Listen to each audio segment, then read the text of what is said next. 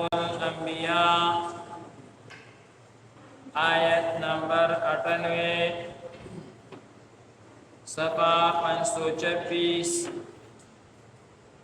اعوذ باللہ من الشیطان الرجیم بسم اللہ الرحمن الرحیم انکم وما تعبدون من دون اللہ حصب جہنم أنتم لها واردون لو كان هؤلاء آلهة ما وردوها وكل فيها خالدون لهم فيها زفير وهم فيها لا يسمعون إن الذين سبقت لهم منا الحسنى أولئك عنها مبعدون لا يسمعون حسيسها وهم فيما اشتهت أنفسهم خالدون صدق الله العظيم بسم الله الرحمن الرحيم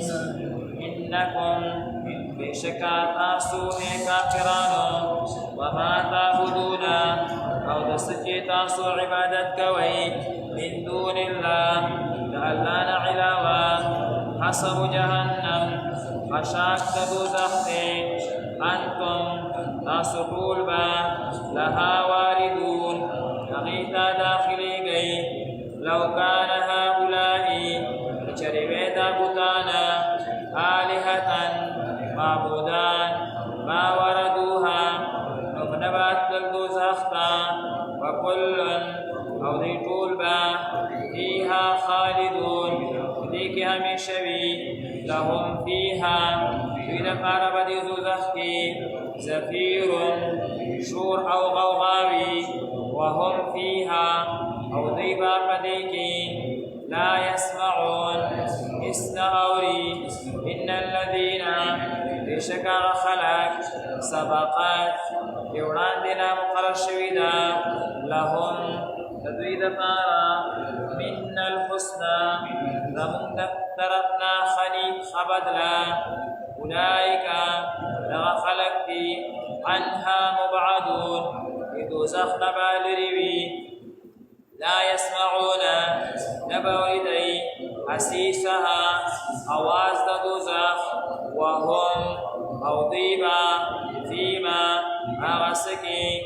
اشتهت أنفسهم يواري دي نفسنا خالدون شبوي بسم الله الرحمن الرحيم مخكني آياتنا مباركونا دا قیامت دا قرب او دا نزدوالی ذکر اغا شروع چی اللہ تعالی فرمائی قیامت قریب را روان دے اس اللہ تبارک و تعالی دی یو آیت مبارکت خاص کافران سره خطاب کئی اللہ تعالی فرمائی چی کافران چی دا بوتان عبادت کئی او هغه بوتان چی دا اغی عبادت کیگی یعنی عبادت کون کی د بوتانو او تدی معبودین بوتان دا ټول د جهنم خشاک په دې سره به جهنم هغه ګرمول شي ټول به جهنم ته چول شي مدیده کې یو يهودي او د هغه ابن زبیرا نوم ده هغه مسلمانانو باندې دا اعتراض کړو چې قران مجید کې راغلي دي چې الله تعالی با هغه څوک چې چا د غیر الله عبادت کړي او د چا عبادت چې شوی وي معبود اټول به جهنم ته چې دواړه هغه وی چې بیا خو به عیسی علی السلام هم الله جهنم ته چې عزیر علی السلام هم جهنم ته چې او فرشتي هم جهنم ته چې ولی زکه عیسی علیہ السلام عبادت شوه دی عیسیان و تخدی وی عزیر علیہ السلام عبادت شوه دی یهودیان هغه ته د خدای زوی وی او د ملائکو عبادت شوه فرشتو کافران وی زمونږ خدایان دي د خدای لونه دی هم جهنم ته ځي مخکې الله تعالی د هغې جواب وکړو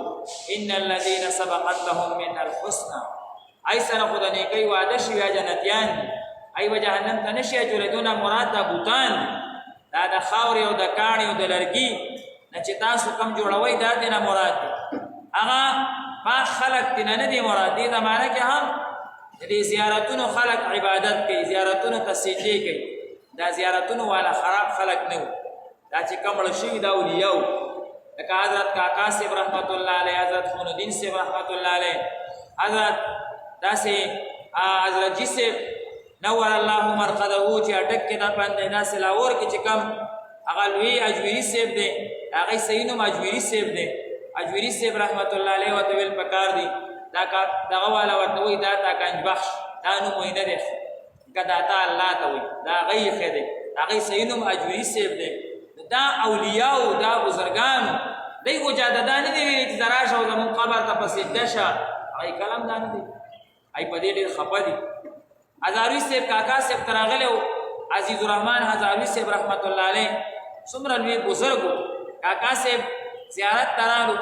هلته کې بیا چې کوم دی نو د کاکا صاحب رحمت الله علیه چې کوم مشر متولی او خپل دی هغه ته ټلیفون وکړو د مخکې نه چې زه راځم هغه وایي چې زیارت کې خو ډېر بدعات او رسومات هغه کېږي نو تاسو چې هلته راځئ ته ورته وایي زه دې دپاره تاسو ته ټلیفون کوم چې زه راځم نو ته ورشه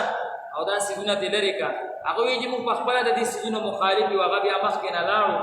یو ګنټه هر څه یې لرې کړه چې هزاروي صاحب راځي بیا هزاروي صاحب سره د خپلو مریدانو رالو کاکا صاحب رحمت الله علیه سره کېناستو ګنټه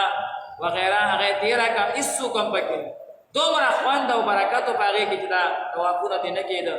او دا مالګې او دا هر څه هغه چې کوم دی نو بند کړه بیا هغه مشر ووایي چې یاره مونږ دا بندولی شو